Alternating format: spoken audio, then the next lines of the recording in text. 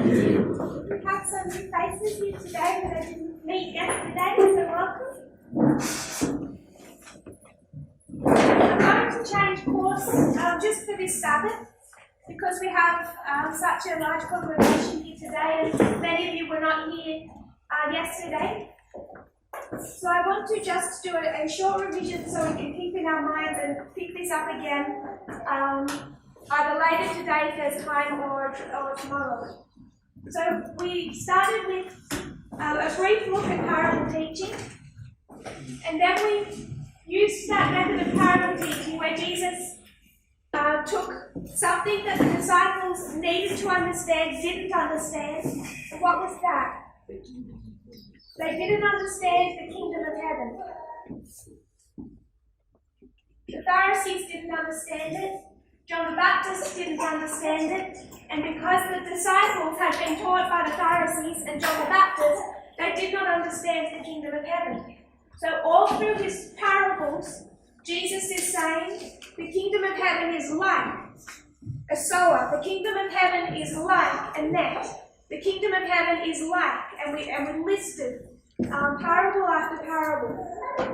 So through parables, Jesus was trying to correct their misconceptions that they had been taught originally in their early days by their own Jewish leadership, and then that had been continued by John the Baptist with his misconceptions of the Messiah, the glorious King.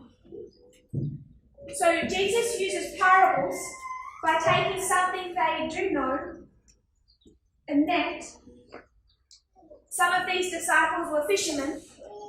He's going to talk about fishing and talk about a net, and he's going to use that story that they do know, fishing, to teach them what the kingdom of heaven is like. And he's trying to help them unlearn their misconceptions about what the kingdom of heaven looks like.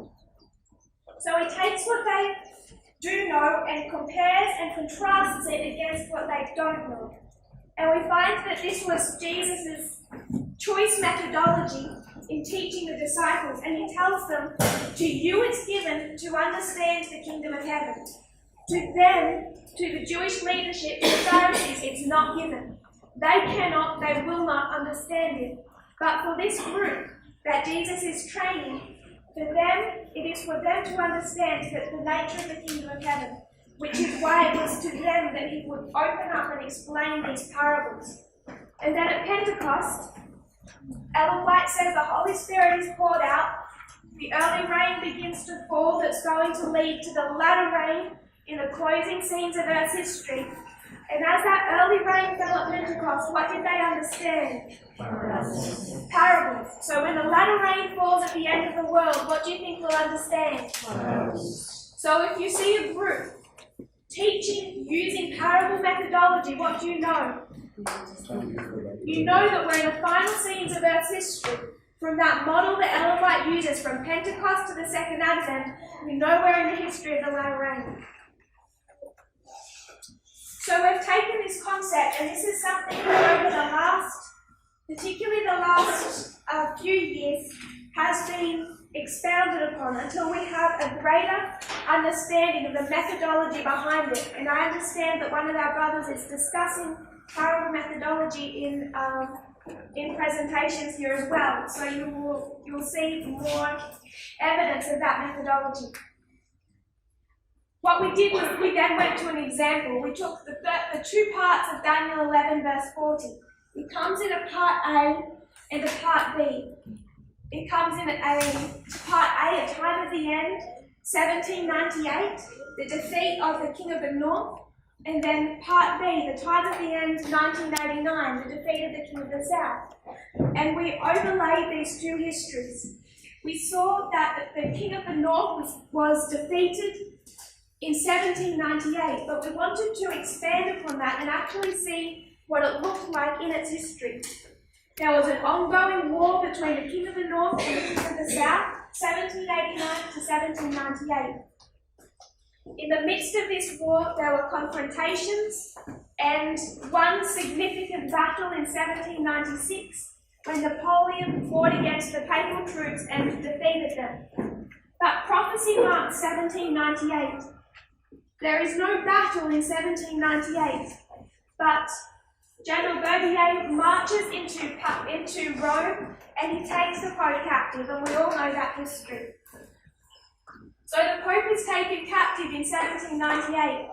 Ellen White's quote from Revelation 13 and makes that direct link for us. He that took people into captivity, his punishment will be to be taken captive himself. He that killed people, his punishment will be to be killed himself. So, in 1798, he's taken captive. That portion, that half of that prophecy is fulfilled, but when is he killed? 1799. Ellen White links Pope Pius VI as an individual fulfilling that prophecy. We don't separate a king and a kingdom or a pope and a papacy. There is no king without a kingdom. There is no kingdom unless it has a king. So we see that the Pope himself could fulfill that prophecy, and she identifies, we read that quote, where she says Pius VI was taken captive and he himself fulfilled that prophecy, then dying in 1799. So we see a deadly wound, a progressive fall, and then a death. And it's the deadly wound that prophecy marks as significant. We took that to Daniel 11:14 Part B. There's an ongoing war between the king of the north and the king of the south. It's the Cold War. There are significant events in that history, but it's 1789 the prophecy marks. The fall of the Berlin Wall is the defeat of the Soviet Union, but did the Soviet Union end in 1989? No. 1989 is a deadly wound for the Soviet Union. It's going to fall, but it hasn't yet completed that process. Now it's just going to go through a slow, inevitable dying until it finally dies in 1991 and the Soviet Union is dissolved. So prophecy marks the deadly wound, whether it's 1798 or 1989. And we're also able to identify through the structure the death. Goes into captivity because it took people captive, dies because it killed people. But then we understand that the king of the north would resurrect as modern Babylon. And if this war, deadly wound, death ended in a resurrection in this story, then using the same method of compare and contrast, then this war, deadly wound, death must result in what for the king of the south? It also has to resurrect, something that we identified has already happened through Vladimir Putin, and how he's been able to resurrect Russia as a global superpower. We then looked at this study. This one compare and contrast can take us into two different studies. We can take this resurrection of the papacy and see that it resurrects as modern Babylon, and then we can build a whole study upon the counterfeit. Or we can take this resurrection of the king of the south and build a whole study on World War III based on the two world wars previously. So this one study can branch into two different studies, and these two, this study of World War III and this study of the counterfeit, really compose the Midnight Cry message. Neither of these two studies were discovered through understanding this compare and contrast. But what I wanted us to see is that we could have identified them purely through the structure. The structure itself is solid enough to take us to these two studies. However, we came to this through an understanding of Pyrrhus and the Diadochi Wars, which gave us more information, and we came to this study of the counterfeit through understanding modern Babylon and its involvement in the world wars. But it can be done just through the counterfeit. So that's where I want to leave this study until we come back to it tomorrow.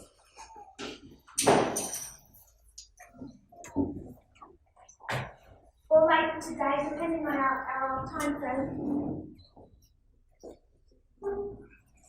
And we'll continue with that because I'm not sure how long that will take us, but we're going to go through a revision, not in every detail,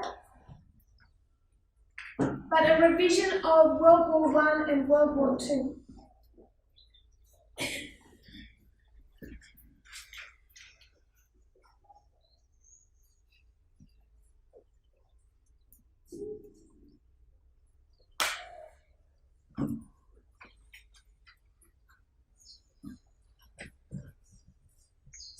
will come back to that.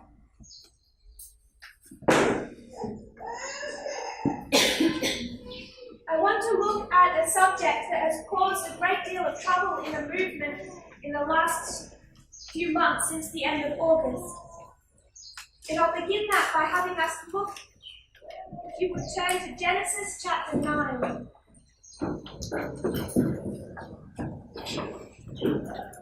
Genesis chapter 9.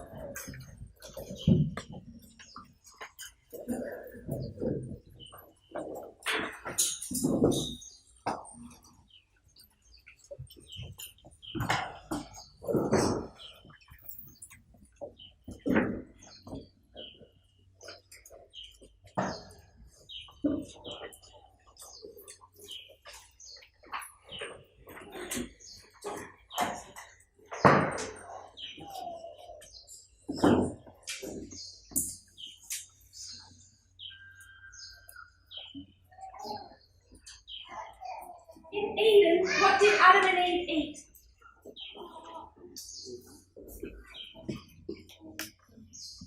What was the diet of Adam and Eve?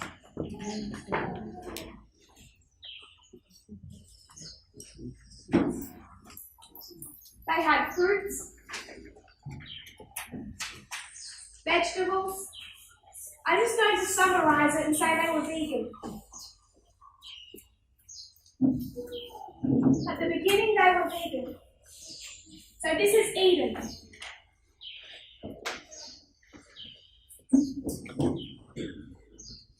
And then we go to Genesis chapter 9. The first verses 1 to 4. They've just come out of the ark, and God blesses Noah and his sons. And he says unto them, Be fruitful and multiply and replenish the earth. And the fear of you and the dread of you shall be upon every beast of the earth, and upon every fowl of the air, upon all that moveth upon the earth, and upon all the fishes of the sea. Into your hand are they delivered. Every moving thing that liveth shall be meat for you. Even as the green herb have I given you all things. But flesh with the life thereof, which is the blood thereof, shall ye not eat. So we come to the history of Noah. And what are they given? Flesh. They're given flesh to eat. Meat to eat. And who tells them to eat it? God. So this instruction is given by God. People don't seem to have any problem with this. They see this instruction, they rationalize it away, and they see Noah, under God's instruction, was told to eat meat. They think little more of it. Turn to Luke chapter 24.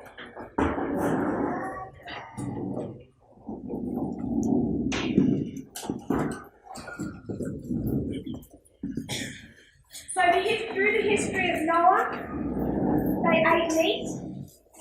We come to the history of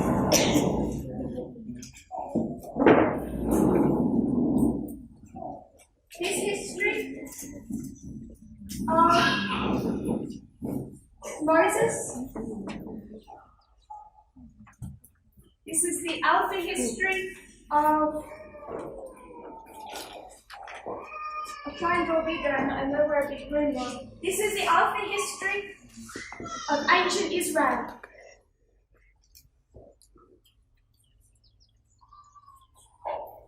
And through all of the writings of Moses, what is God directing them as far as their diet is concerned?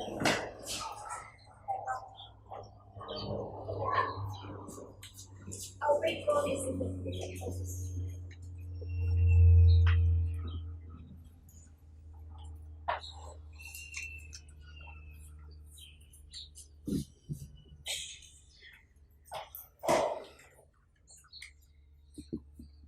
So in Eden,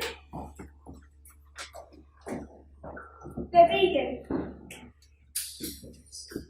And then we come to the time of Noah, and God tells them to eat flesh, animal flesh. We go through the history of the beginning of ancient Israel, this alpha history under Moses. And we won't go there for time, but if you looked through, scanned in your minds through the books of the Pentateuch, through the Levitical laws, and how does God instruct them in regards to their diet? Does he instruct them to stop eating meat? No. He just gives them more specifics of how they are to practice this. So he just puts into laws how to eat meat. This being the history, the alpha history of ancient Israel. So, at the beginning, Adam and Eve were vegan, then Noah, is instructed by God to eat himself and to feed his family, flesh food. You come into the history of Moses, this alpha history of ancient Israel, and instead of starting to remove this, God actually starts codifying how they are to practice it. And he starts telling them how they are to eat meat, how they are to prepare it. We go through the history of the kings, through the whole of the history of the Old Testament, and does anything change? No, nothing changes. Then we come down to the history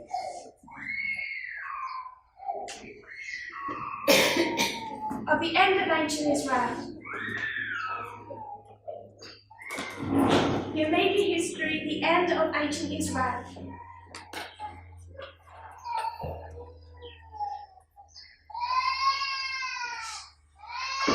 The history of Christ.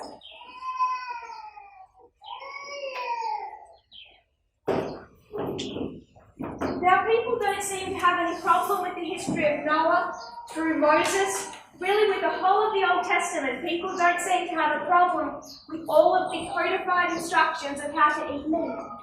But you come to Luke 24, and all of a sudden, people start having all kinds of heartburn about this. Because in Luke 24, reading from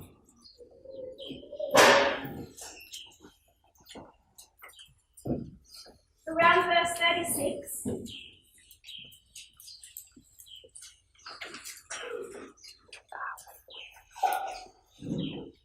Previous to this, we have Jesus walking with the disciples on the road to Emmaus. They see, didn't our heart burn within us? They start, that their eyes are opened. They see that Jesus has been with them, is with them, and then he vanishes. They say, didn't our hearts burn within us as he talked by the way and he opened to us the Bible, the scriptures? They return to the 11 disciples and recount what they had seen. As those disciples who walked with Jesus on the road to Emmaus are talking to the others, Jesus comes and stands in the middle of them, and he says to them, "Peace be unto you." Verse 37, but they were terrified and affrighted, and supposed that they had seen a spirit. And he said unto them, why are ye troubled, and why do thoughts arise in your hearts? Behold my hands and my feet, that it is I myself. Handle me and see. For a spirit hath not flesh and bones, as ye see me have. So they are troubled, and they think he's some type of spirit, not the real Jesus. And he says, touch me, feel me, you can feel flesh and bone. When he had thus spoken, he showed them his hands and his feet. He's showing them the holes of the nails. And while they yet believed, not for joy, and wondered, he said unto them, have ye here any meat? So Jesus is going to prove to them that he's a real living human being, the real Jesus. And they gave him a piece of broiled fish and of an honeycomb, and he took it and did eat before them. So now people start having heartburn, because now you see Jesus himself eating meat.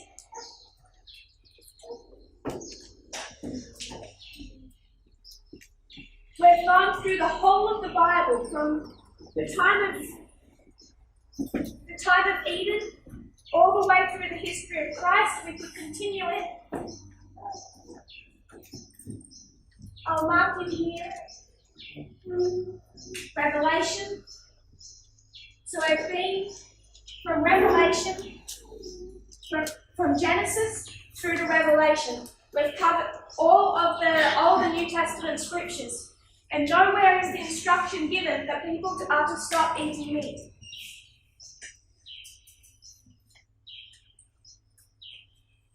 And now we come to the history, the alpha history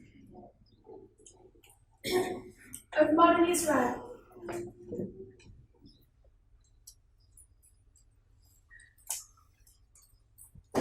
This is the history of our pioneers from 1798 through the days of Ellen White, particularly her early days, as we will see.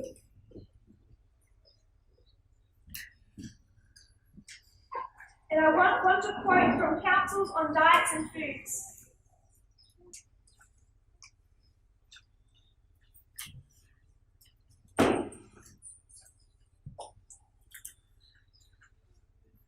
I'm going to quote from Councils on Diets and Foods 205.4.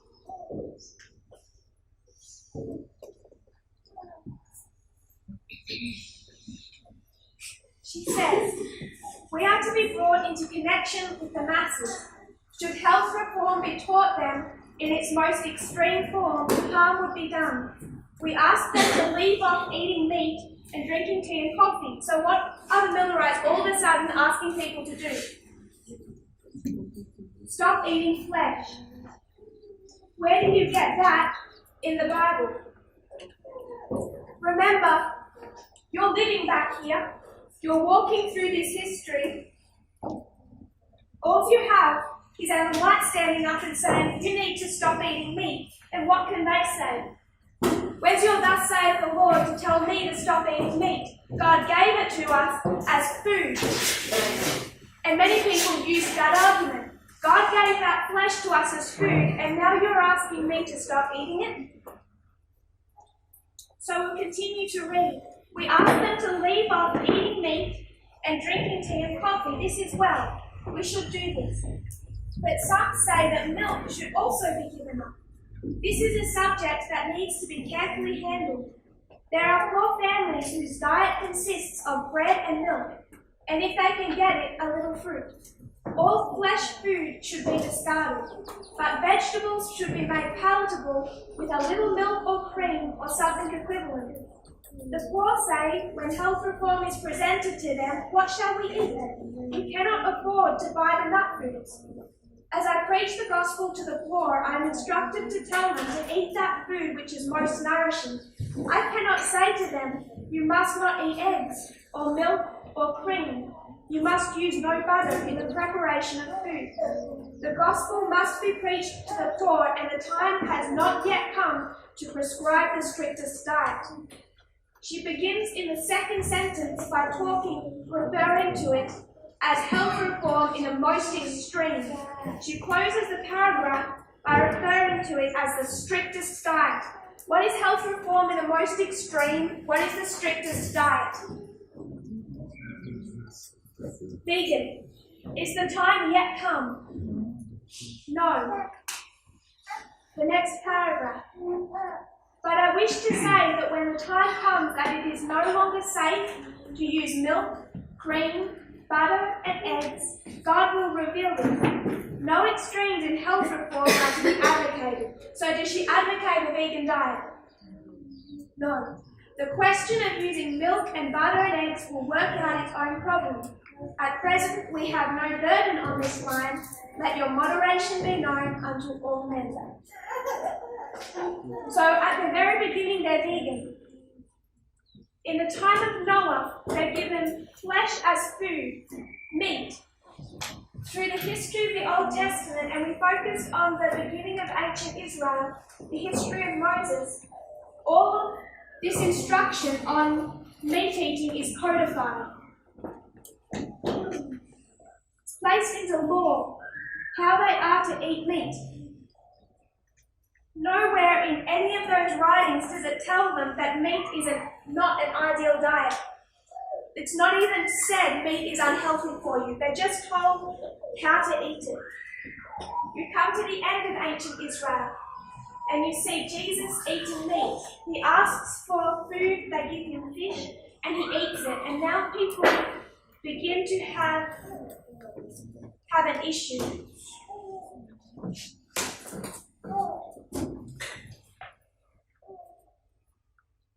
We marked here Revelation. This is the end of the Old and New Testament. We've been from Genesis to Revelation, and we see no change in that prescribed diet. I want to continue reading now from Counsels on Diet and Foods 411.4.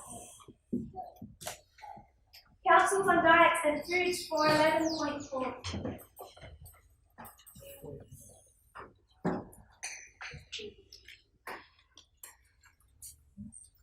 She says, I present the word of the Lord God of Israel. Because of transgression, the curse of God has come upon the earth itself, and upon the cattle, and upon all flesh. Human beings are suffering the result of their own course of action in departing from the commandments of God. The beasts also suffer under the curse. Meat eating should not come into the prescription for any invalids, from any physicians, from among those who understand these things. Disease in cattle is making meat eating a dangerous matter. The Lord's curses upon the earth, upon man, upon beasts, upon the fish in the sea. So what else was cursed? Fish. The flesh Jesus ate was cursed. And as transgression becomes almost universal, the curse will be permitted to become as broad and as deep as the transgression. Disease is contracted by the use of meat. The diseased flesh of these dead carcasses is sold in the marketplaces, and disease among men is the sure result. The Lord would bring his people into a position where they will not touch or taste the flesh of dead animals. Then let not these things be prescribed by any physicians who have a knowledge of the truth at this time. There is no safety in the eating of the flesh of dead animals. And in a short time, the milk of the cows will also be excluded from the diet of God's commandment-keeping people. In a short time, it will not be safe to use anything that comes from the animal creation. Is that time her day? No. So she's saying that there's a time, not right then as she's writing this, but coming, when it will be no longer safe to eat or ingest anything that comes from an animal. In a short time, it will not be safe to use anything that comes from the animal creation.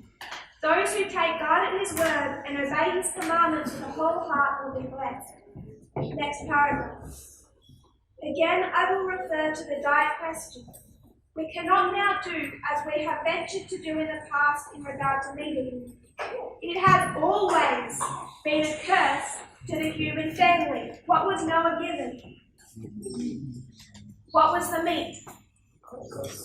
He was given a curse. Does God say that when he gives it to Noah? No, it's given as if it is a gift. But if it's always been a curse to the human family, it has been a curse from its very inception. God gave Noah a curse. In the paragraph we read, the first paragraph of 411.1, how does she define a curse? I present the word of the Lord God of Israel. Because of transgression, the curse of God has come upon the earth itself, and upon all flesh. Human beings are suffering the result of their own course of action in departing from the commandments of God. So what is a curse?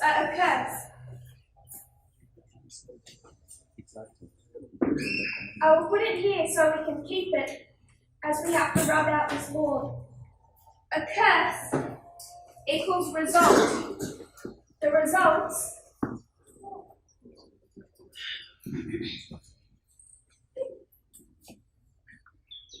of human transgression.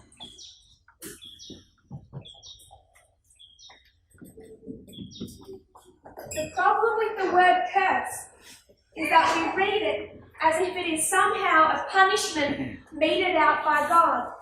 As if somehow God says, I don't like this person, or I don't like this group of people, so I'm going to make their life harder. A curse is not that.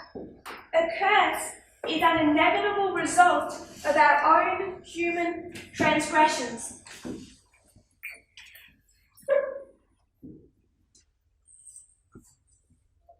So God allows the human family to start eating flesh meat. And people justify it and say that they had to because when they came off the ark, nothing was growing. But if they had enough food to keep them alive on the ark for those 40 days, they could have taken enough to last longer to plant. There was already greenery arising, and if that was the case, they could have stopped eating flesh as soon as they had a crop. But they're given this meat eating to last through generations, and then what does God have to do? He has to start bringing them back to their condition of Eden, because it began in Eden, and we're going to end in Eden. So for 6,000 years, God has borne with our own results that He does not want, that are not ideal for us. He has allowed those results to work their way through the human family. He codified them into law. He continued through them through the whole of the Old and the New Testament. He sanctioned them Himself when Jesus came to earth and ate meat. And from Genesis to Revelation, He never condemns it.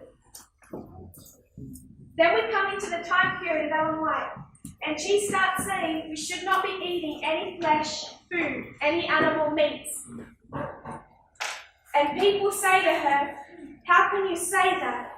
We have a thus saith the Lord that says we are to eat meat. God gave it to us as food, and now you're telling us not to eat it. Who do you think you are? And she has no inspiration, no direct quote to back her up on that. More than that, she says the time is coming, but it's not yet, not as she's writing it. The time is coming when we must discard all animal products. And we come down to our dispensation. And we come into the immediate history of modern Israel. And what do we identify as being our ideal diet? What diet does this movement endorse? Vegan. The diet of Eden.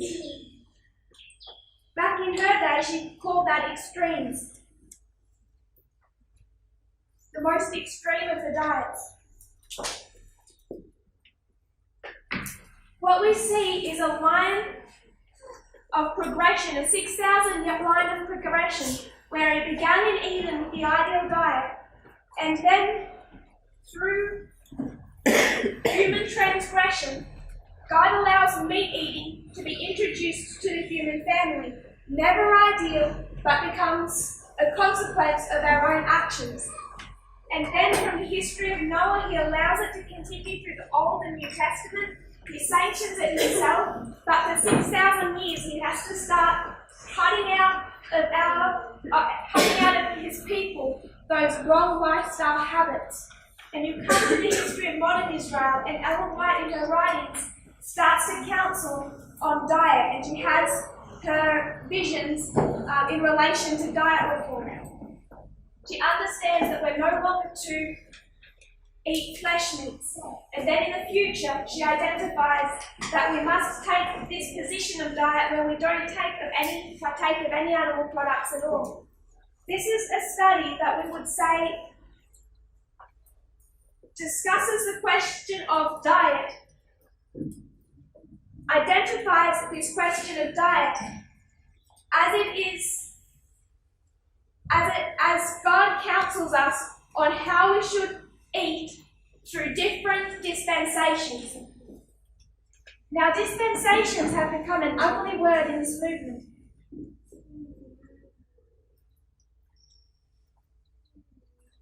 As those who have attacked us now reject this study of dispensationalism. And the reason they did that I will discuss in a moment.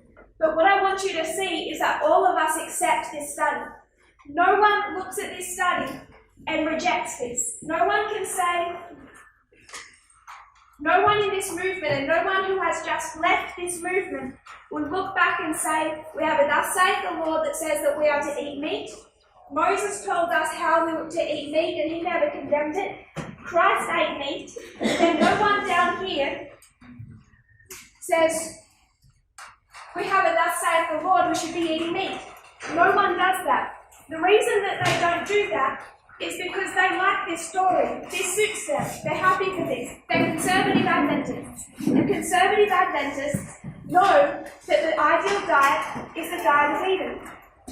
But this model, this structure of dispensationalism is identical to the studies that have been done in the previous months in regards to race and in regards to gender. When it comes to diet, no one has a problem. No one has a problem with saying Jesus ate meat, and while I would never say I'm better than Christ, I choose not to eat fish. No one would say that.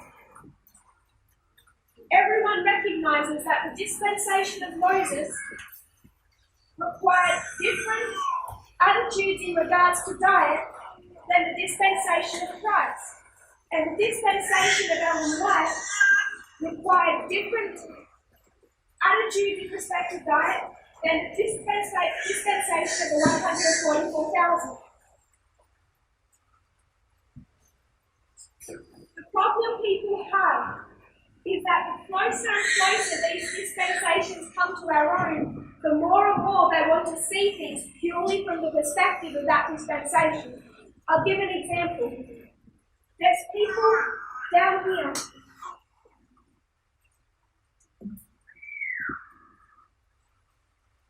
brother and sister X, and they say,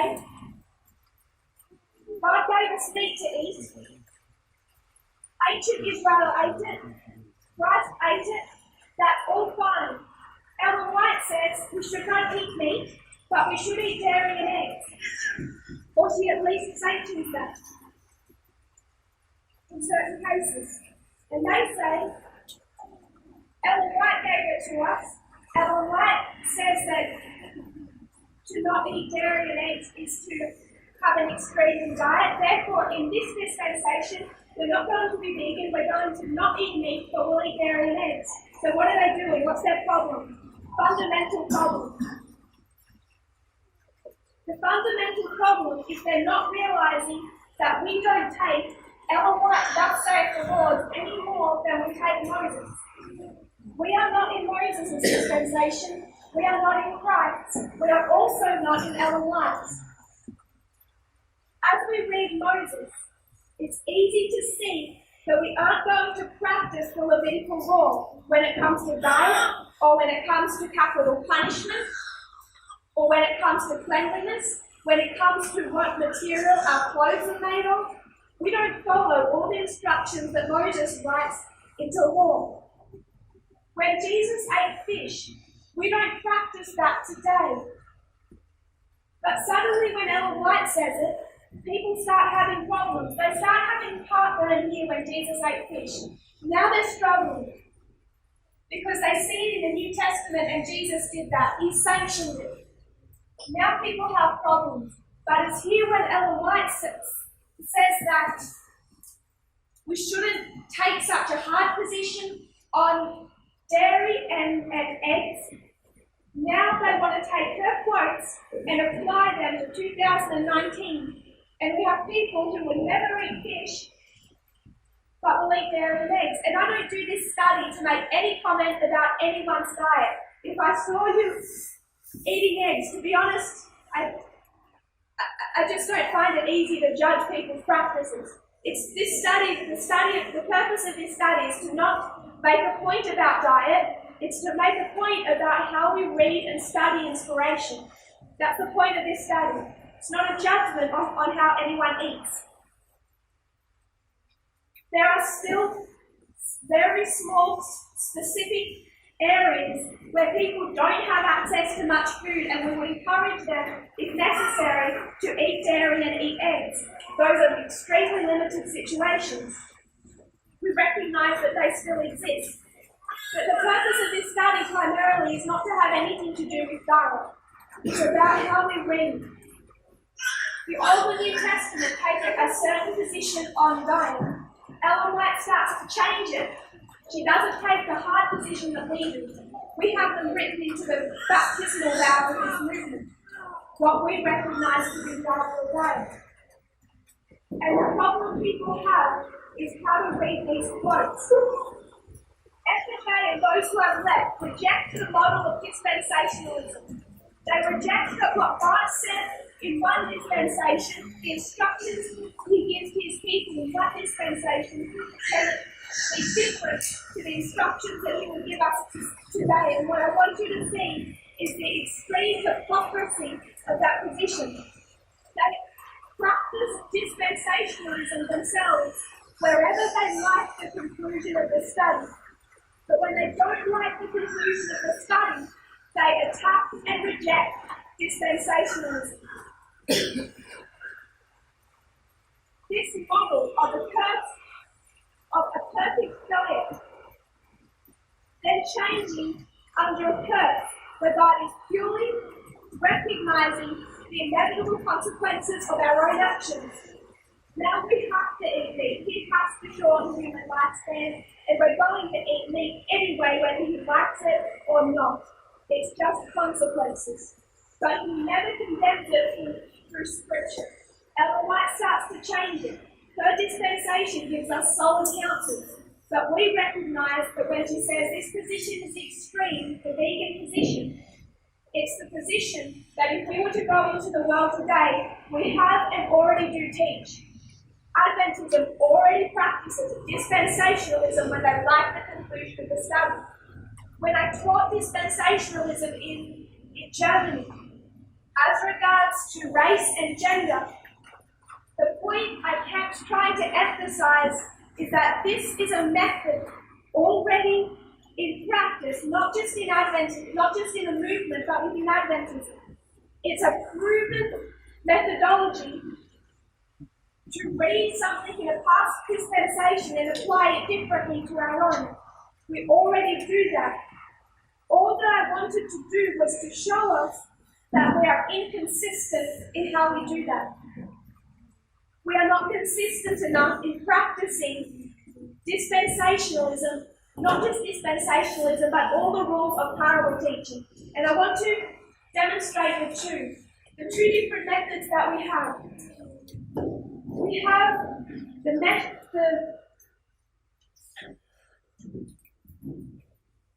we have two methods.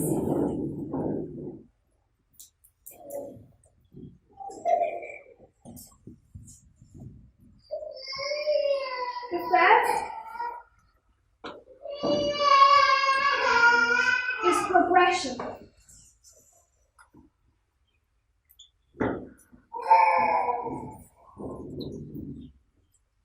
What's the second?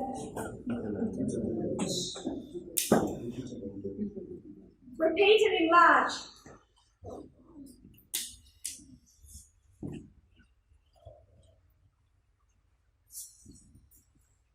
We've become very good at repeat and enlarge. We do something like we take the end of ancient Israel, and we did this in presentations before. We took the end of ancient Israel and we overlaid it. This is the Amiga of ancient Israel. And we overlaid it with the Amiga of modern Israel. The history of the early church, the history of the 144,000. So we took this history, two histories of the success, and we used the second method, repeat and enlarge. And when we do that, we could draw specific conclusions about what we are to expect to see in our time frame. For example, we took We can take Pentecost, and we can take that to Putney. The disciples go back to the church. We go back to the church with a message. We draw all of these conclusions and lessons. We talked about the cross. Lined it up with 2019. We talked about Judas leaving the table. We talked about FFA and those that followed them. Those who couldn't let go of the misconceptions of the first angel, whether that's John or Elder Jeff. So we use this method of repeat and enlarge, and we've become quite good at that. We use this more than we use or understand progression. But if we were to do that, use this method and take it to diet, how would we fare? Would any of us be vegan? No. We would be eating not just dairy, eggs, all of those things. We would be eating flesh meats. Because if we just do a repeat and enlarge, a cut and a paste of these two histories and use them as a study for diet, we will come to the wrong conclusion. Repeat and enlarge does not always work. We have to also remember our first method being progression. At the very beginning we had a certain diet, at the very end we will have a certain diet. So we are in the history of the 144,000 from 1989. Question: does God require us to wait until the new earth to practice diet reform? No, we're not going to practice diet reform.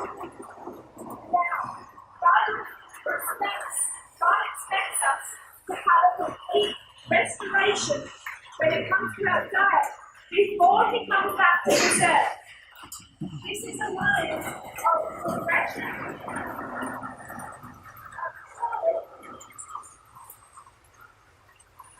The line of restoration. The line which is to restore certain things in us, certain things that affect us before the second advent, not in the world. The Lord speaks as Eden to Eden. God expects us to practice Eden before we get there. We might have to pray before we come back. Again, this study is not about diet. The study is to show how we study and already practice, whether you're Adventist, whether you follow FFA, or whether you follow this movement, already practice dispensationalism. The only problem is some people do not practice it with consistency. We knew if we were close in a prayer.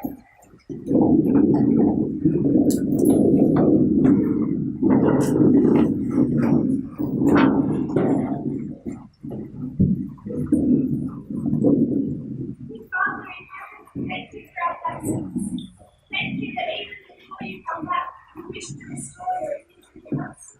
I pray, Lord, that we will be compliant with those ethics, that we will put the theory into practice and will attempt, Lord, to already have a good on it, to already create it into our lives. I pray, Lord, we will understand the methodology that you wish us to use and use it consistently. In Jesus' name I pray. Some people have handed in their questions on paper. There's been some really difficult questions already. Good question, a really good question. If you have any for this evening, if you could write them down and hand them in. We'll start with a short silent prayer.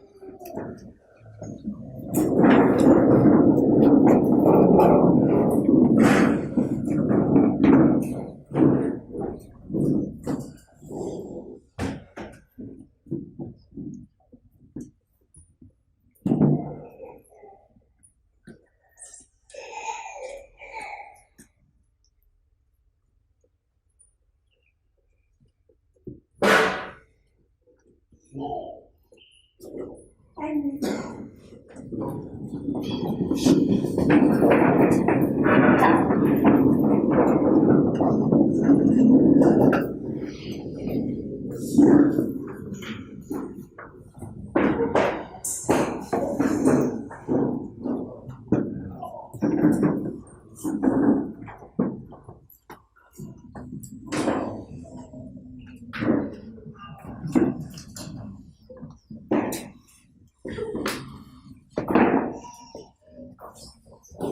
in our previous study, we began to look at diet.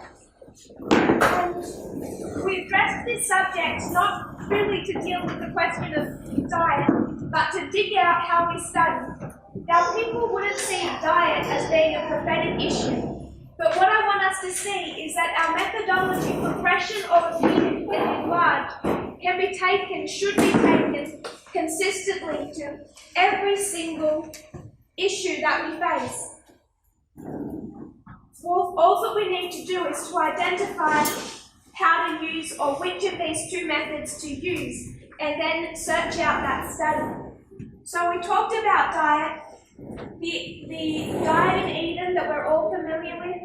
We talked about how sin came, it destroyed that diet, and that's evidence at Noah when God instructs him to begin to eat and to feed his family the flesh of animals. You can go through the time of Abraham and the patriarchs, and they followed that same diet. They continued to eat meat. When you come to the time of Moses, it's codified into Jewish law. Nowhere in Leviticus and in those books does it state that meat eating is not ideal, it's not what God originally intended, they should be wary of it. All it does is just codify it. The rules of how they are to prepare and eat meat. Then we come to the history of Christ, and we see that instructions are not given here regarding meat eating, that there is essentially no real change here. Jesus ate fish. We have that. People start to have problems. The reason they start to have problems here instead of here is because people have this connection to Christ and to the New Testament. The Levitical law has already been done away with. We come to the cross and they're no longer going to practice many of the instructions given by Moses, and yet still there is meat eating. So people have this kind of emotional connection to this history after the cross, where they see Jesus eating fish and it troubles them. Then we come to this history of modern Israel, the Millerites, and Ellen White starts telling the Millerites that she has had instructions. She's understood that we are to stop eating flesh meats, and people have a problem with that. The reason they have a problem with that is what justification can she give for that instruction when it's something that God instituted? But she clarifies that by saying that there is a more extreme position, really the ultimate position, where we should also give up all animal products, dairy, eggs, etc. And she says that the time will come. In other words, the time is not here now, where we need to take a firm position on these things. So, as she's writing counsels on diets and foods, those portions that's put into that later population, she's saying that that time is not yet, but it will be in the future. Adventists, as they go through this history, and it's only a tiny space on the board, but I want to draw your attention to it, they begin to take the position that the time has come. So well before 1989, most Adventists, not most conservative Adventists, are recognizing that they need to take this firm position on diet. By the time you get to 1989, in our dispensation, we recognize in the vows that recognizing some people are in extreme conditions, but we recognize that the only diet that we can endorse is a vegan diet. So we see this not through this second method of repeat and enlarge. You can't take the end of ancient Israel, overlay it with the end of modern Israel, and do a study on diet reform. If you do that, we would never have given up meat. Instead, we need to use the second method, the first method highlighted, a line of progression. The diet in Eden will be completed over 6,000 years, restored. Eden to Eden. But God does not expect us to wait to the new earth, to a new Eden, to start practicing diet reform. Instead, he expects us to put those reforms into place before he comes back at the second advent. In the history of the 144,000, he's doing a work of restoration in his people to prepare them for heaven. Part of that restoration involves diet reform, but it also involves a couple of other issues. So this line from Noah, Abraham, ancient Israel, the history of Moses, the history of Christ, the history of the Millerites, the history of the 144,000. This is all a study that we would call a study on dispensations, or using the methodology of dispensationalism. When we say dispensation, what is the definition of a dispensation?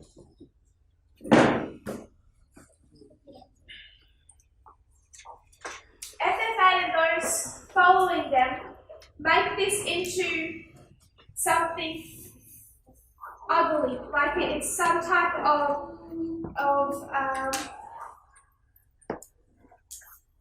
Catholic, pagan, evil word. And Elder Covington has done studies on this, which are highly enlightening. But it's a word that you actually find throughout inspiration. So if they want to attack the word itself, again, you're going to come into a problem when God uses that word in inspiration. All that a dispensation means is a system that exists for a certain time period. So there's a system in the time of Moses that was done away with in the time of the early church. There was an issue regarding bicycles in the time of Ellen White's day that does not apply to our day. There's specific instructions for a specific time period, specific instructions for a specific dispensation, and those instructions can change over time. When we place this on a line, those instructions are placed on a line of progression or restoration, and we are seeing how they slowly changed over 6,000 years. The issue is over a long period of time resolved. And we did this in the presentation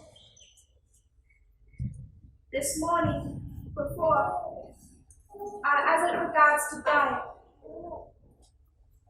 And I wanted to make the point that prior to 1989, many of God's people had already recognized that the time had come. It had already come to a point in time prior to 1989 that we were to endorse a vegan diet. This study on diet, FFA would have no problem with. They would agree with this whole line of progression or restoration. They could easily see that the instructions to Moses and what Christ endorsed and what none of the thus saith the Lords over the Old and New Testament ever dealt with, in the time of Ellen White started to be dealt with, and in our dispensation there is a firm position. Veganism. They will have no problem with this progression from dispensation to dispensation. The reason they don't have a problem with that is because they like the outcome. All that we did in the last, presented in the months of August and September this year, was say, why aren't we consistent when we use this methodology? And the key studies that we brought this methodology to, the methodology of progression or restoration, is the two subjects of how race is understood in inspiration and how gender is understood in inspiration. So we'll begin with race, and I just want to, in another pen, just highlight some key points on our line. Race fits most neatly over this structure of diet, because it also begins in the time of Noah. In the time of Noah, he comes off the ark. He has 3 sons, Shem, Ham, and Japheth. Ham is the father of Canaan. Now Ham, he sins before his father. And what does Noah pronounce upon his son Canaan? Curse. So we have a curse.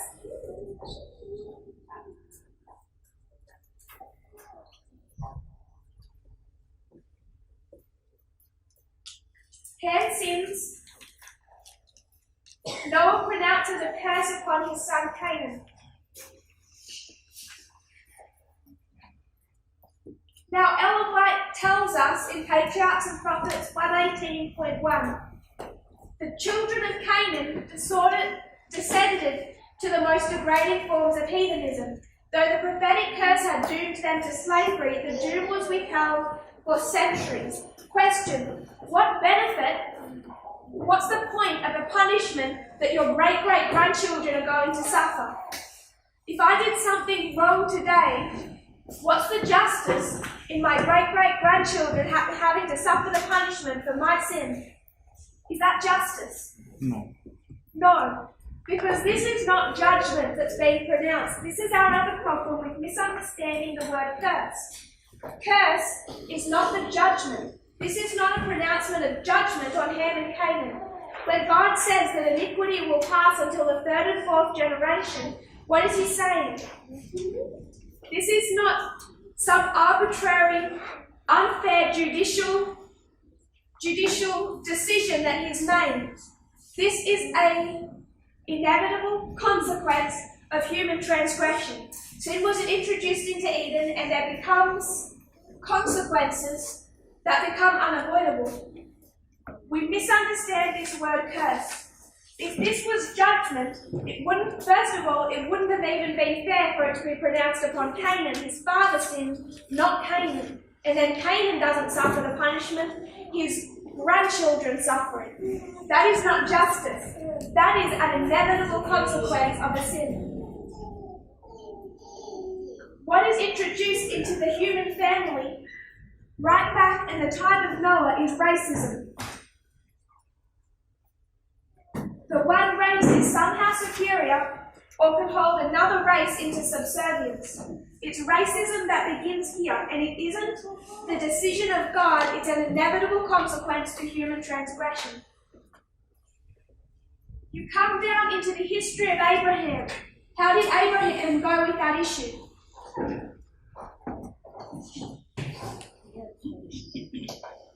Abraham owned slaves. The Bible tells us he practiced circumcision on all who were born in his house or bought with his money. He practiced slavery. However, we want to define that today. Ancient Israel, what did God instruct them?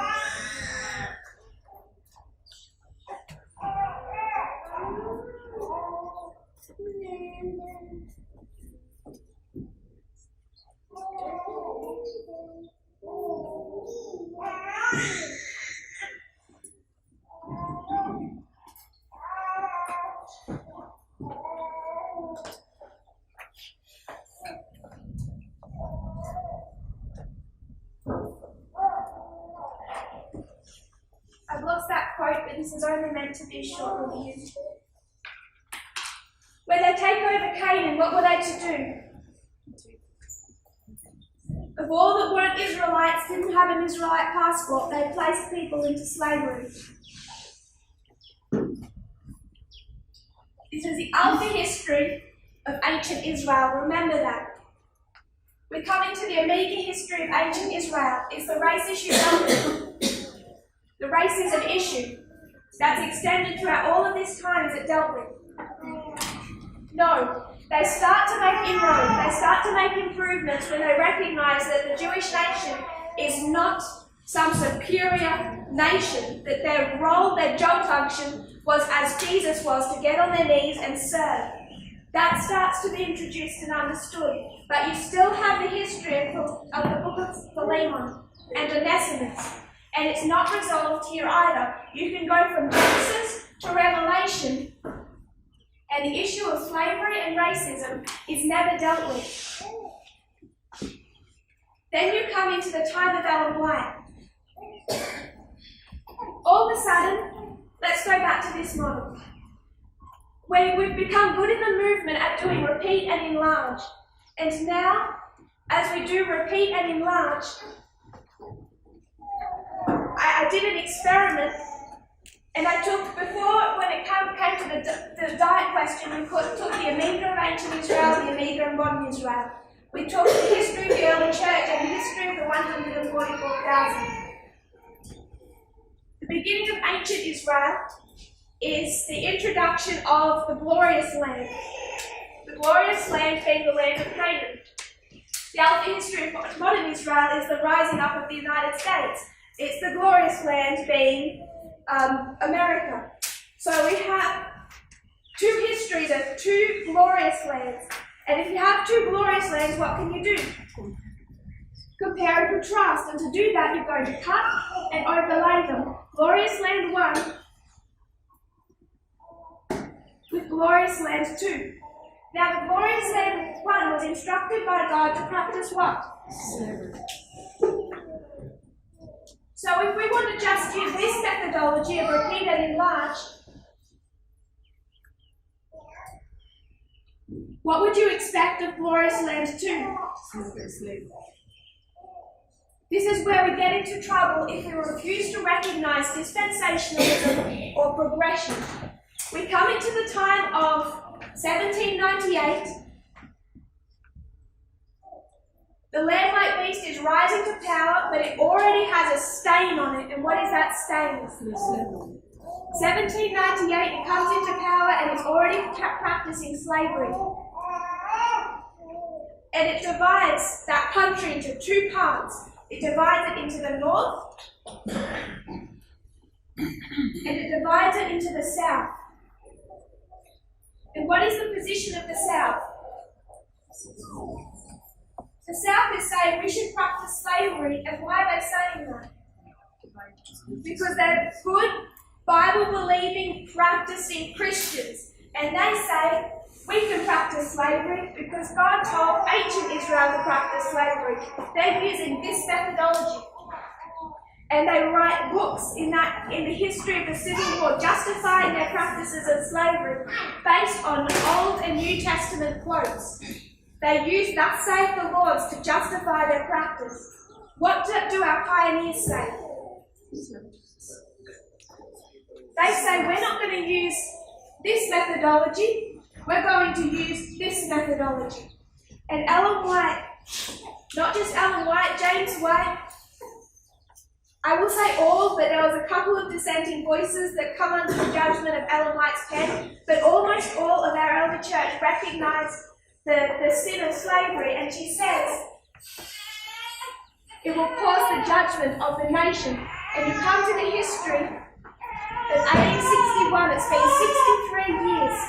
It's a prophetic number. From the time they raised up of God to the time in 1861 when they finished, they've ended that period of probation. They haven't removed this stain, and Ellen White says God is going to make them remove it, and it does that by bringing about a civil war. That civil war is so brutal. More soldiers, more people died in that civil war than in any American war combined from the time it rose to a country until now. Those 5 years of the Civil War, 61, 2, 3, 4, and 5, those 5 years, more soldiers, more people died in that war than in the War of its Independence, in World War I, World War II, Vietnam, Afghanistan, or Iraq, or any of those wars combined. That was the destruction of the Civil War in America.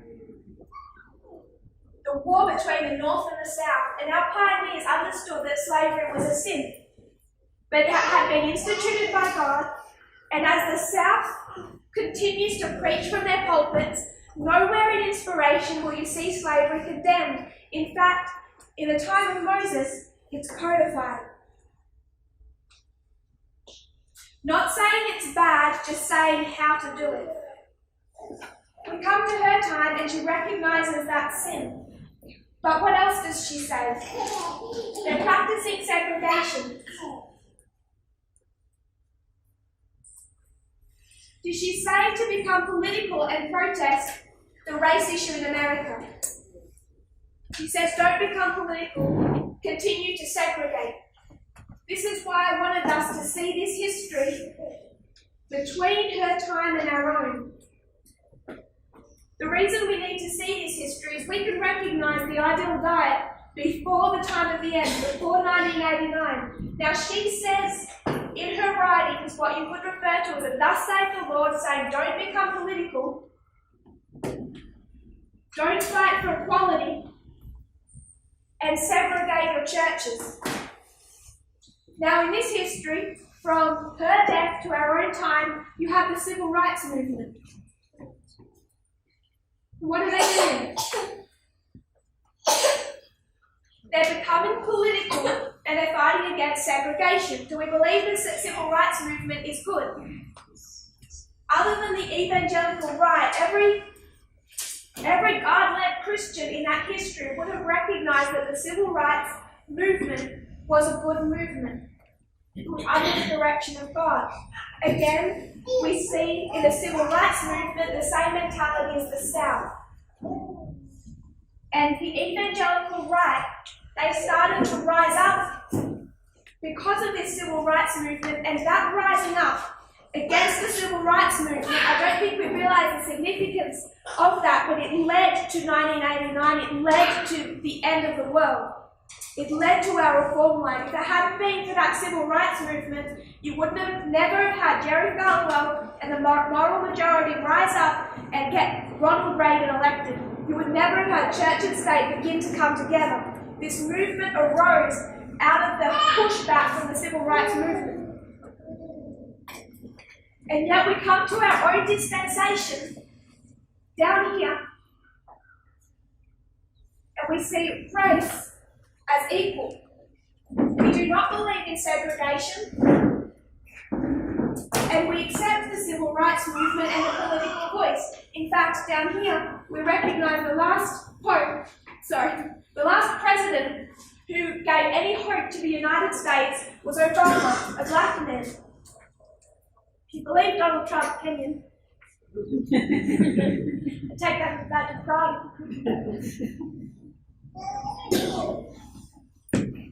So, all that we've done in this study of race is use the exact same methodology that we took to diet.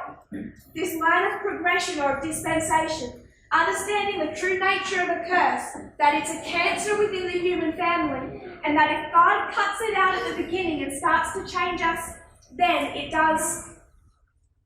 it's just not possible. The human race does not learn that quickly. We're slow.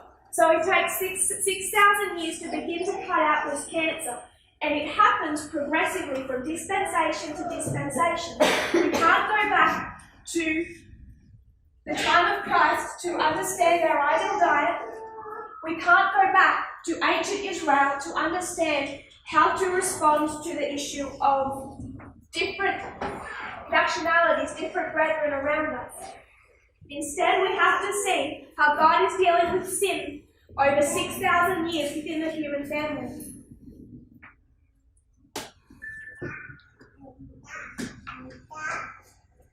From this issue, and again, up to this point, that is kind of okay, because most people in the movement understand that racism is wrong, and I won't say all because I've met them.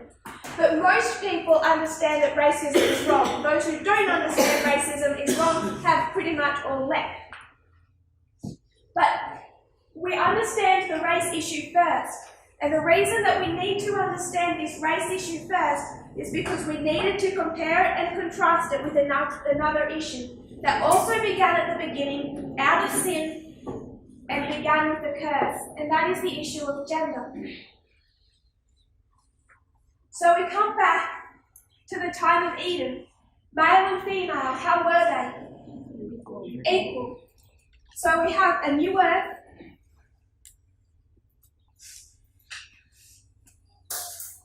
and they are equal. And down here we're going to come to a new earth.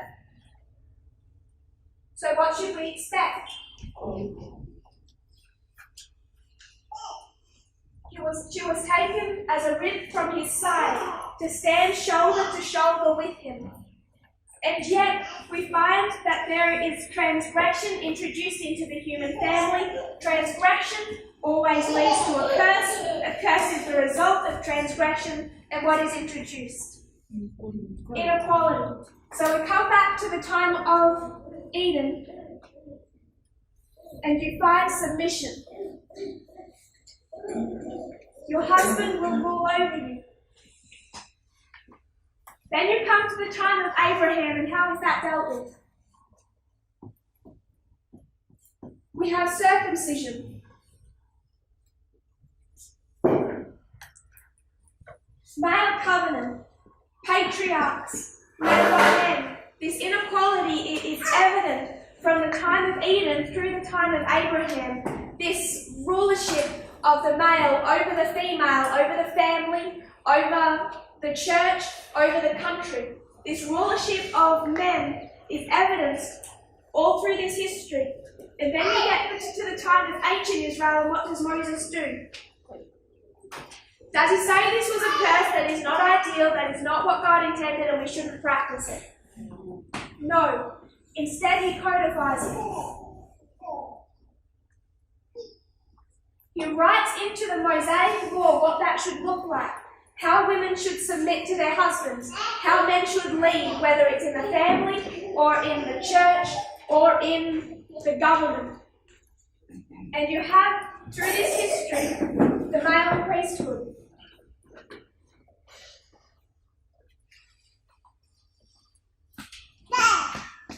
You come into the time of Christ, and there begins to be some change. We start to see change here. When it comes to the subject of racism, I will put that here. Gentile plus a Gentile is the same as a Jew. All are equal. Begins to be dealt with. So back in the time of Christ, you have the beginning of the early church with baptism. There's a new type of covenant. And different to circumcision, which is male, baptism is male plus female. So you have the introduction of a covenant that practices equality, where both male and female can come into a covenant relationship personally with God. But the main subject issues of equality are not dealt with, not through Genesis, not all the way through Revelation.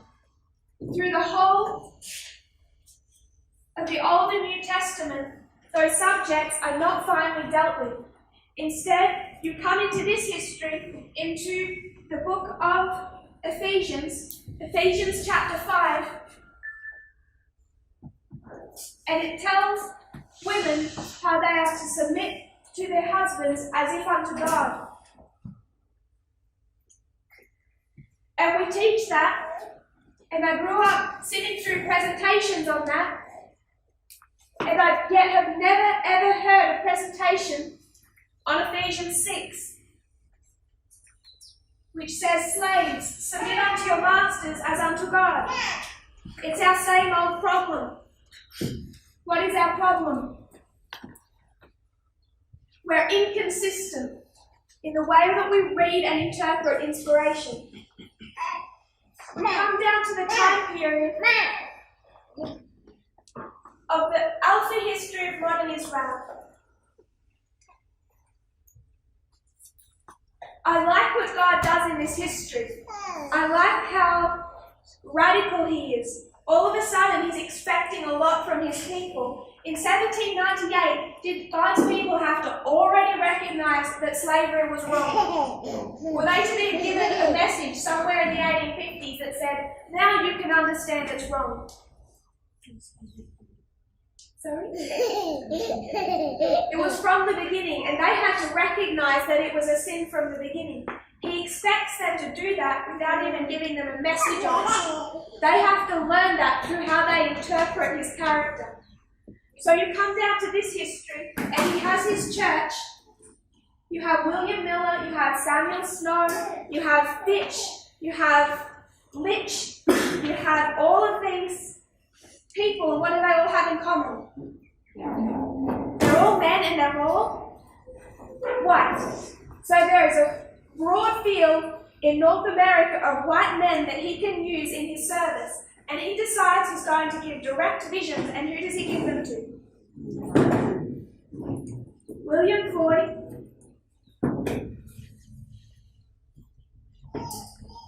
and Ellen White. What is God doing? As gently as he can, without killing the body, he's cutting out the cancer. He's making them see who he will speak to and who they have to take a life and death message from. William Floyd was a black man. Ellen White was a woman. And William Floyd was given a vision from God that was a life and death message before slavery ended in America. So when he spoke, he did that at the risk of his life. Not even Ellen White faced that type of risk. So he spoke out at the risk of his life, and the reason that we do not hear more about him was because his wife was afraid. And while he was quiet. We do know that he fulfilled his mission. There was a third man given a vision.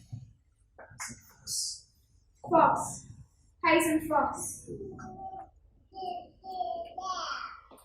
And how did he do? He failed. He failed to share the message that God had given him because he was afraid. He wasn't black and he wasn't a woman, but he was afraid to speak the truth to God's people. So he failed in his mission. Do you think God is teaching them something? It was not necessary. There are many white men that he had available, but instead he decides to make a point. We come down to our time, and from 1989, what do you have the beginning of?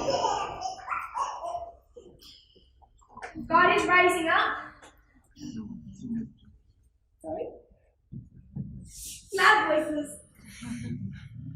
He's like raising up the 144,000, but I want to say the priesthood. What do we understand about the priests? Male and female. So what is he beginning to do? People can act like it's some type of new thing, but throughout this history, from the time of Ellen White to 1989, there was already a recognition, a push for the ending of segregation, for a political voice, and a vote for the black community in America. And I want to take us to one quote, one Ellen White quote that I find quite interesting. It's from 10 MR 69.2. 10 MR 69.2. Ellen White says the following. She's been visited by a friend of hers. Her friend is known as Mrs. Graves. Mrs. Graves visits her. 69.1 begins this section. I'll begin it in 69.1. She has this visit from a Mrs. Graves. She had a burden upon her mind, Mrs. Graves, and ever since she knew I was at home, she desired to see me. She said she felt that she must talk out her feelings to me. She is desirous that women's suffrage should be looked into by me. She says women ought to vote, and she related many things of startling character which were legalized in France and St. Louis, and an effort was made to carry them out in Chicago this year, but the effort failed. Houses of ill fame are legalized. Women who travel alone through those cities, if they are the least suspicious of them, are taken up by the authorities and their cases are investigated. If they are diseased, they are placed in the care of the doctors and cured. Then they are fit for the visits of men and are placed in a legalized home for men to satisfy their lusts upon. No examination is made of the men, and where this law is carried into effect, the crime and immorality resemble the condition of the world which existed previous to the flood. It's interesting when we talk about the history previous to the flood, how there was this great immorality. And what was the sin before the flood? Going by this quote, this is abuse. The sin before the flood was not just people living happy lives, they were abusive relationships. Those women who were traveling, who were vulnerable before the flood, they were vulnerable. Those women who would travel alone, they were seen as vulnerable. They were arrested by the government if they were seen to have any type of illness or disease. They were forced into the care of doctors and supposedly cured, and then placed essentially in legalized brothels. Mrs. Graves viewed the matter as I do in regard to the increase of crime and demoralization of society. She says women must vote if this law is to be withstood. We had a long talk in regard to temperance. I told her that my mind was unprepared for any such matters as women voting. She had been thinking and dwelling upon these things, and her mind was right upon them, while my work was of another character. So what is Ellen White saying? Mrs. Graves has been considering this, and her mind is right. What does it mean to be right?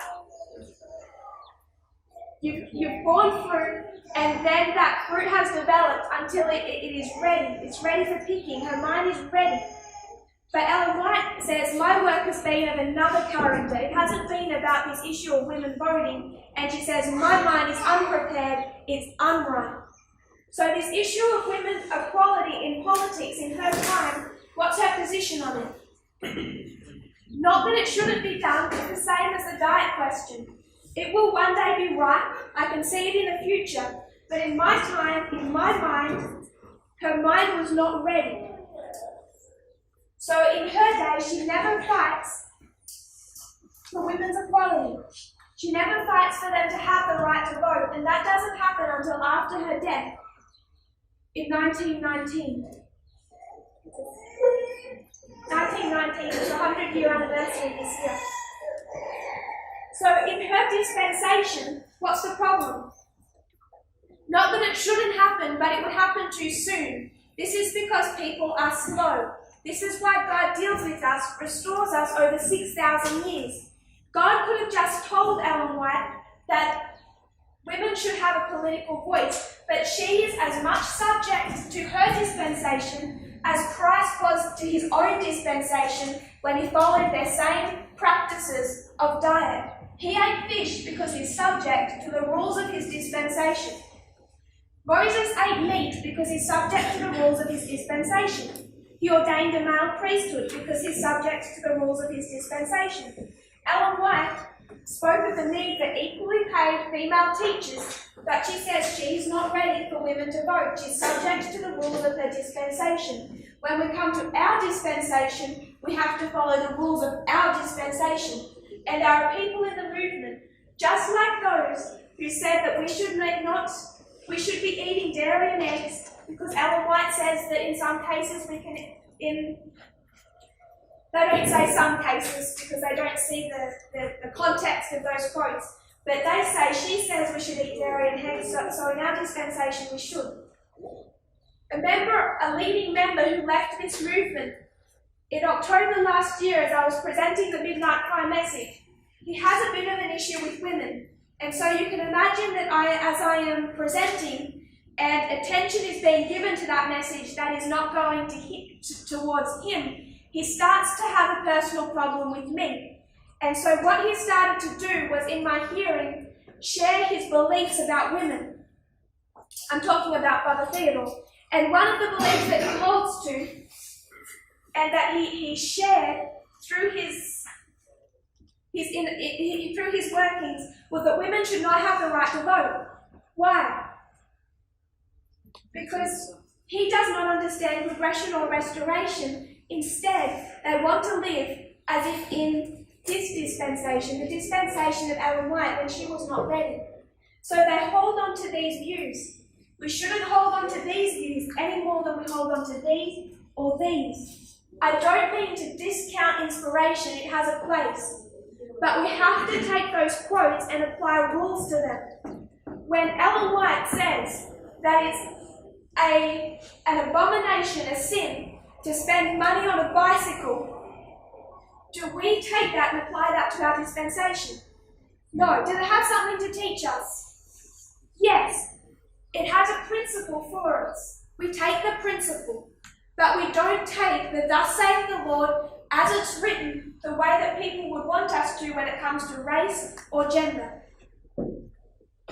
What I want us to see is that the methodology that we used to understand the issues of racism and sexism and how they come to this history of the 144,000 and complete a work of restoration. This movement does not endorse segregation. It endorses complete equality when it comes to race. In fact, our greatest threat right now, the evangelical right, is on the opposite side of that spectrum. When it comes to sexism, we teach complete equality from Eden to Eden, from new earth to new earth. And the people that have seen this whole study as some type of an attack on inspiration already use that same methodology when they come to many other quotes, and I've highlighted diet. They already use it, just not consistently.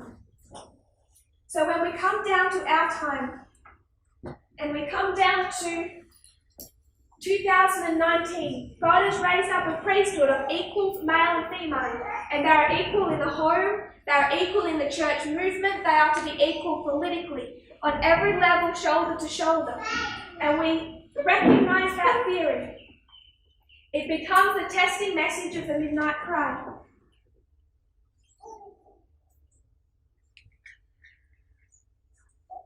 I want to keep this, but I need more space, so I might need to erase it. Do you mind if I can rewrite? Do we have a photo of what's on the other side? A brother's study? I can rewrite it for you. When we come to our history and we recognize the need to go back to the diet instituted at Eden, we recognize that that isn't just a theory. What do we have to do? We have to practice it.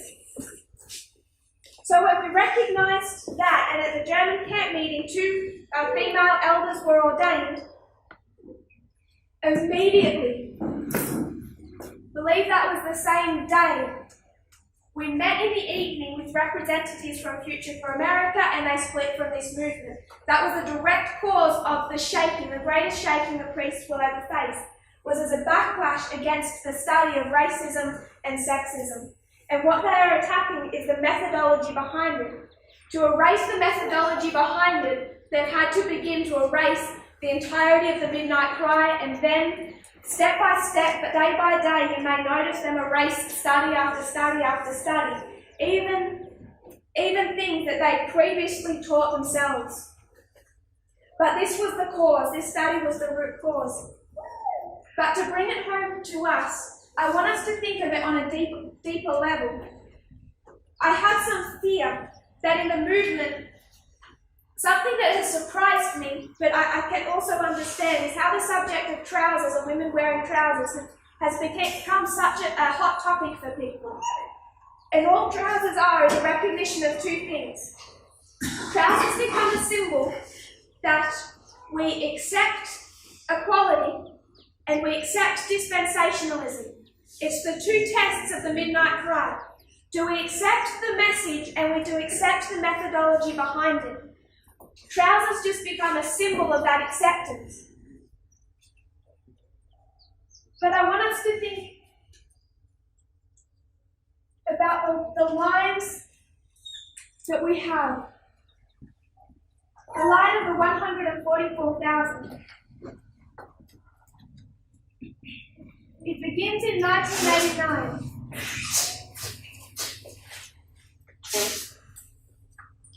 The flowers. From 9/11 to the Sunday law falls the early rain. From the Sunday law to the close of probation falls the latter rain. From the close of probation to the harvest, close of probation to the second advent is the harvest. This is our key reform line, and from this we've built three other fractals. So we take the line of 144,000 and we bring it.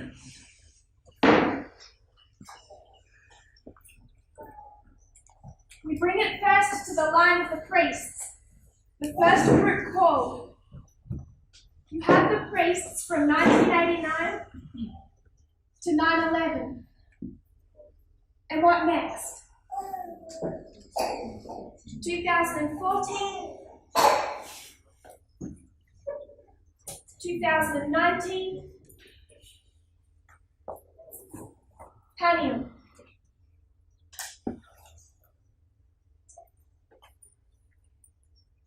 2014 being for us the Sunday law, 2019 being the close of probation or the shut door.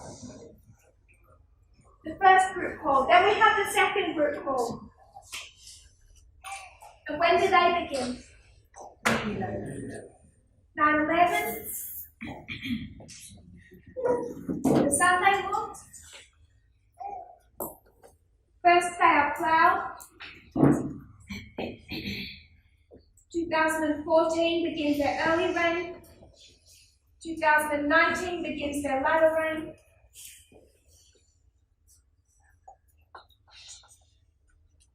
Panium begins their harvest.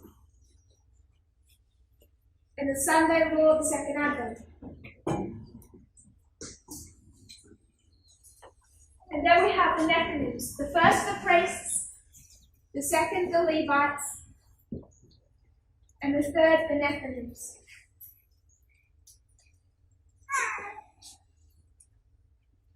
And they go through the same four-step agricultural process, beginning for them in 2014,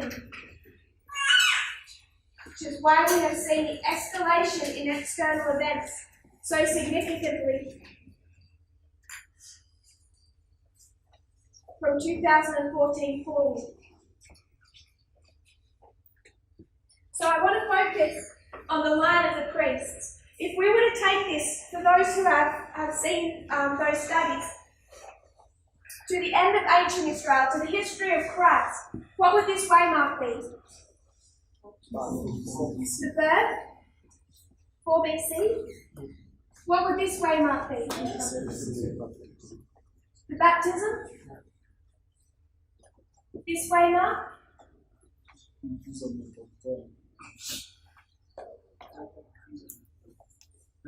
This is the imprisonment of John. I agree with you. I want to call it the first temple cleansing. It's where the work of Christ begins. At the same time he's beginning his work, John is imprisoned. So this is where you see the transition between the first and the second leader. What is this waymark?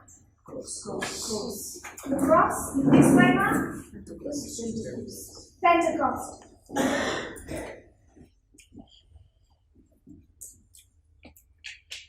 And at Pentecost, they go to the second group, back to the church, yes? Until when?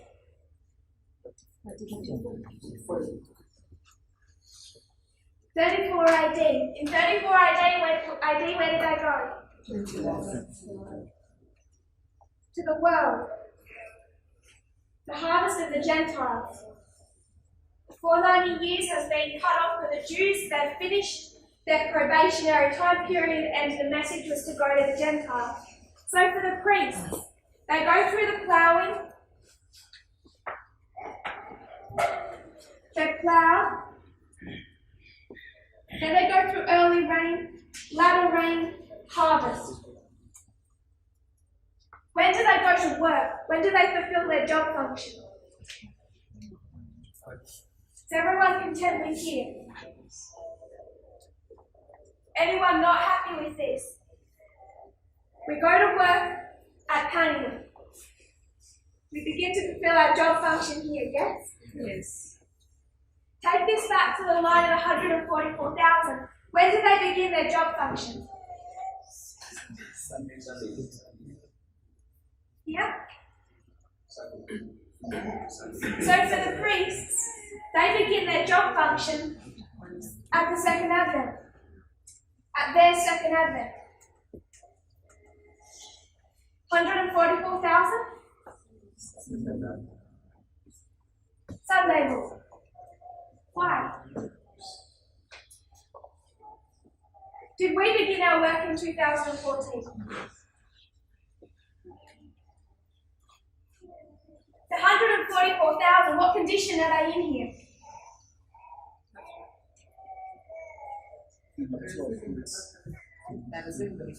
They haven't even got their latter rain yet. They're planted back here. They're growing here. They have fruit, and what's that fruit look like? Immature. It's immature fruit. How can they go to work? When do the 144,000 fulfill their designated job function? After the second advent. What's the role of the 144,000? To be teachers. Teaching who? The universe. It didn't take too long. I flipped the board over the other side and we go through them. Abraham, Moses, Noah. Do they understand the nature of Christ's kingdom? No. I'm sure that before his death, John didn't fully understand it. All of those people, even the ones that are our heroes, they were earlier in the history of those 6,000 years. There's no way that Moses looked into the future and saw a female priesthood. They have a lot of catching up to do. We are the farthest in that line of progression. So what is the task of the 144,000? To go back to all those faithful men and women over the last 6,000 years and teach them all that we've learned. That last closing work of restoration that they have not witnessed, we must set before them and teach them of. So the 144,000 go to work in heaven after the second advent.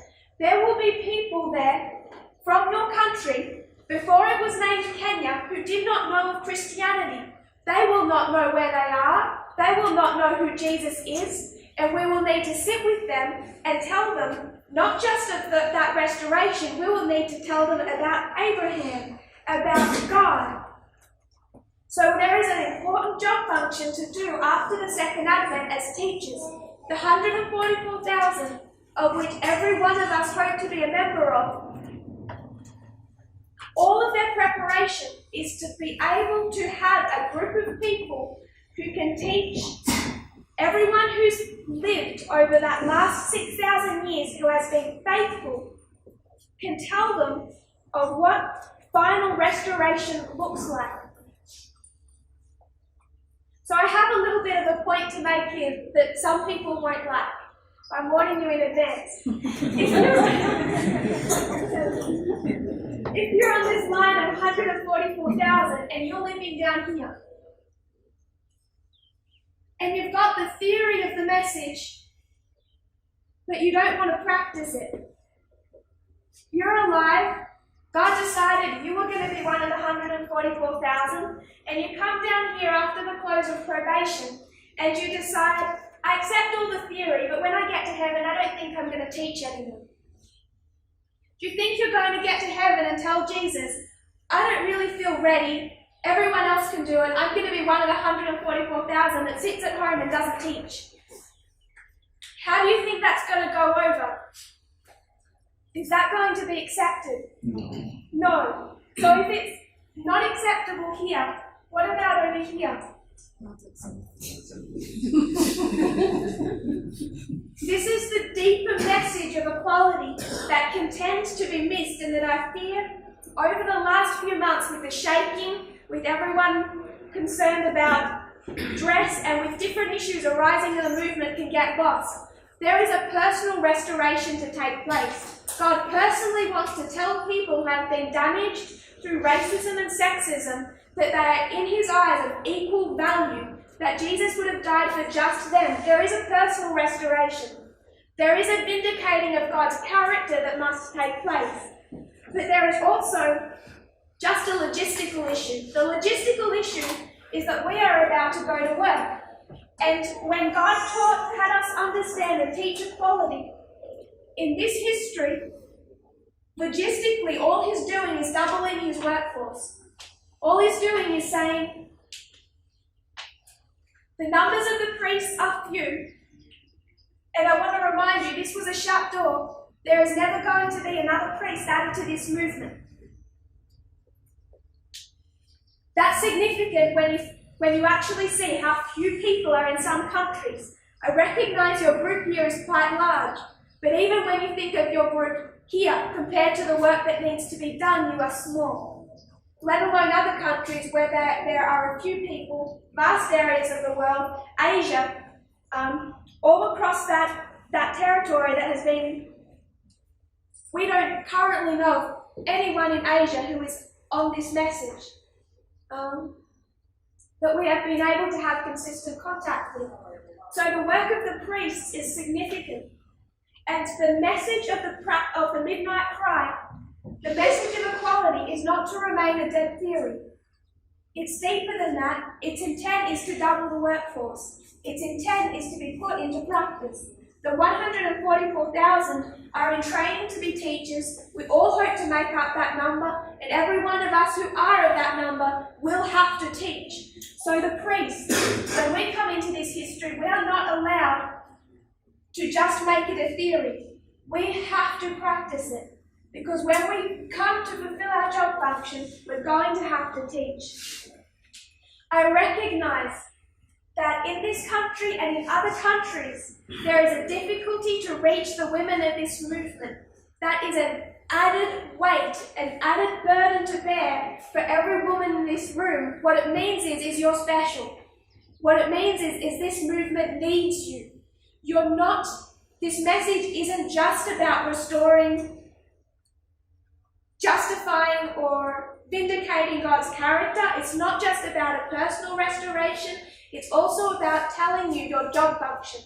We are to be the 144,000. We are to go back to the church at Pentecost and the world at Sunday Law, and you have a personal part to play in that. That is why Parminder and I are in every single ministry. We are pushing that women teach 50% of all presentations done. We're pushing that there is a 50-50 split, because we are seeing that people are keeping it as a theory and they're not putting it as a practice.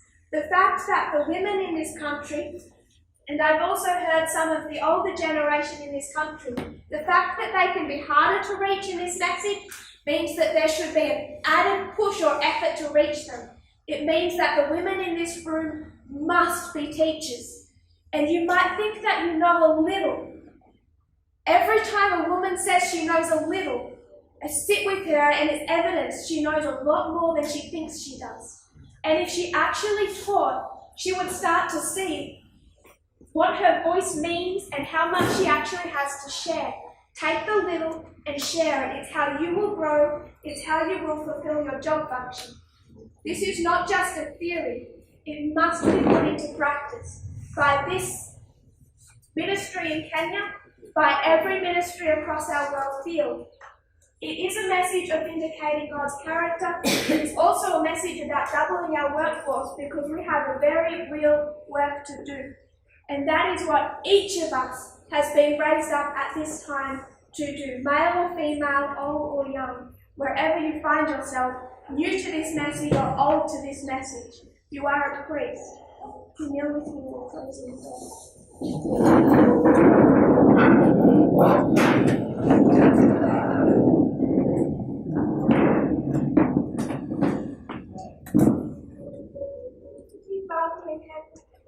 Thank you for how, in these closing scenes of this earth's history, we can see your character vindicated, how Satan has twisted what people have thought you are, how Satan has twisted the understanding of your character, And Lord, we see this methodology vindicated. You see equality on every level. You do not look at someone as inferior or superior, but all as equals. Lord, I know that the idea of teaching is difficult. It can be terrifying. I personally know the difficulty, the anxiety of beginning that work. It's not easy. But Lord, you have not raised us up as priests or as 144,000 without also enabling us to fulfill the job that you decided to bestow upon us. You gave us this title. You chose to work with this human family. I pray that each of us will see our value in your eyes and will feel empowered to fulfill that job function. That even though we may be new, even though we may only feel we know a little, that little is the difference between life and death for someone in this community, that it is significant. May we all begin to take up that banner across the world field, Lord. I pray this in Jesus' name. Amen.